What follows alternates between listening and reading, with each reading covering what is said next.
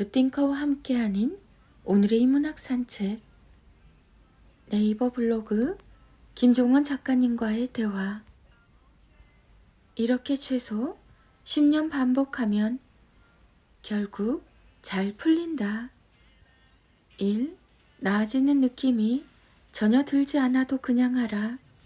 2. 매일 1시간 이상 꾸준히 운동해야 버틸 수 있다. 3. 고민할 시간까지 아껴서 자꾸 더 시도해봐라. 4. 최대한 평정심을 유지하며 자신을 지켜라. 5. 시니컬하게 사는 건 자신에게 좋지 않다. 6. 잠깐의 이득을 위해 원칙을 포기하지 말라. 7. 좋은 책을 읽고 깊이 생각하고 매일 써라. 8. 에너지를 빼앗는 모든 존재로부터 벗어나라. 작정하지 말고 애도 쓰지 말고 계획도 하지 말고 그냥 계속하는 사람이 가장 힘이 세다. 고민하는 시간까지 아껴서 자꾸 더 시도하라. 그럼 실수로라도 성공하고 그게 모여 결국 잘하는 내가 된다. 자신을 굳게 믿어라. 당신에게는 그럴 가치가 있으니까. 다음에 나올 책에 넣을 글 김종원. 김종원 작가.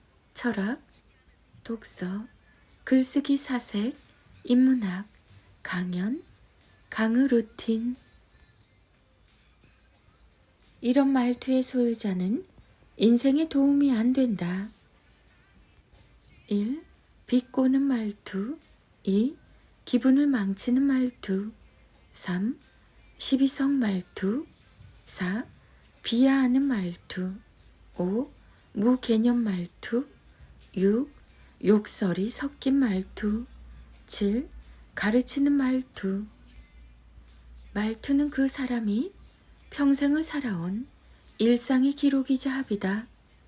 말투가 곧 그의 인성인 셈이다. 7가지 말투를 반복해서 낭독하고 필사해보라. 어쩔 수 없이 만나야 하는 사람의 경우에도 최대한 접촉을 자제하거나 줄이는 게 좋다. 이런 말투는 모든 행운을 불운으로, 성공은 실패로, 행복마저 불행으로 만들어버린다. 어쩔 수 없이 자주 만나야 할 인연이라면 함께 필사를 시작해보길 추천한다. 인생도 그렇지만 말투 역시 내가 자주 쓴 글을 따라가는 법이다. 부모의 예쁜 말 필사노트 김종원. 심각한 요즘 초등 실제 상황. 가장 시급한 건 이겁니다.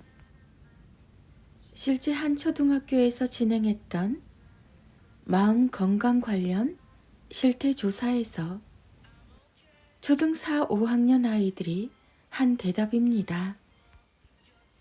엄마도 싫고 아빠도 싫고 친구들도 싫고 그냥 다 싫어요. 왜 사는지 솔직히 모르겠어요. 죽어도 상관없을 듯이요.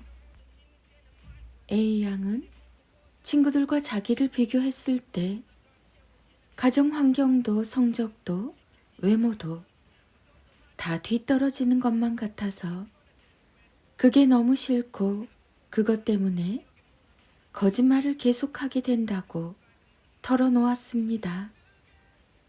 B군은 친구보다 더 잘해야 한다는 마음과 잘 지내고 싶은 마음이 충돌하면서 불안 증세가 커지기 시작했고 급기야는 자해를 시도한 경험이 있다는 충격적인 고백도 했습니다.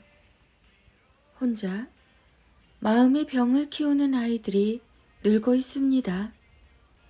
지난 1년 동안 슬프다는 생각이 자주 들었다고 답한 아이들이 40%를 훌쩍 넘겼고 실제 우울증을 앓고 있다는 아이들의 숫자도 몇 년 사이 2배 이상 급증했다고 해요.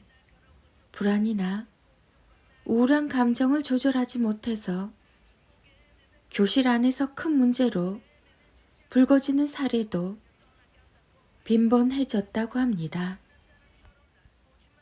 정말 안타까운 점은 자신의 감정이나 상황에 대해 부모님은 잘 모른다고 답한 학생들이 많다는 사실입니다. 엄마 아빠한테 그런 걸 말하기 싫어요. 말해도 이해 못할 것 같아요. 마음을 어떻게 말해야 할지도 잘 모르겠어요. 자신의 부정적 감정을 제대로 표출하지 못해서 슬프고 우울한 마음의 심각성을 제대로 인지하지 못해서 마음의 병을 키우게 되는 경우가 많은 것이죠.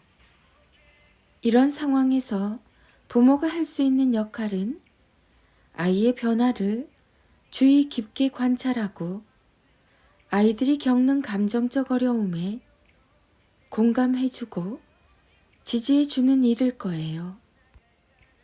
학업 성취에 대한 기대, 또래 집단의 압력, 소셜미디어의 영향 등 아이들의 정신 건강에 영향을 미치는 스트레스 요인들은 초등학교에서 중학교, 고등학교로 진학할수록 줄어들기는커녕 더욱 커질 수밖에 없어요.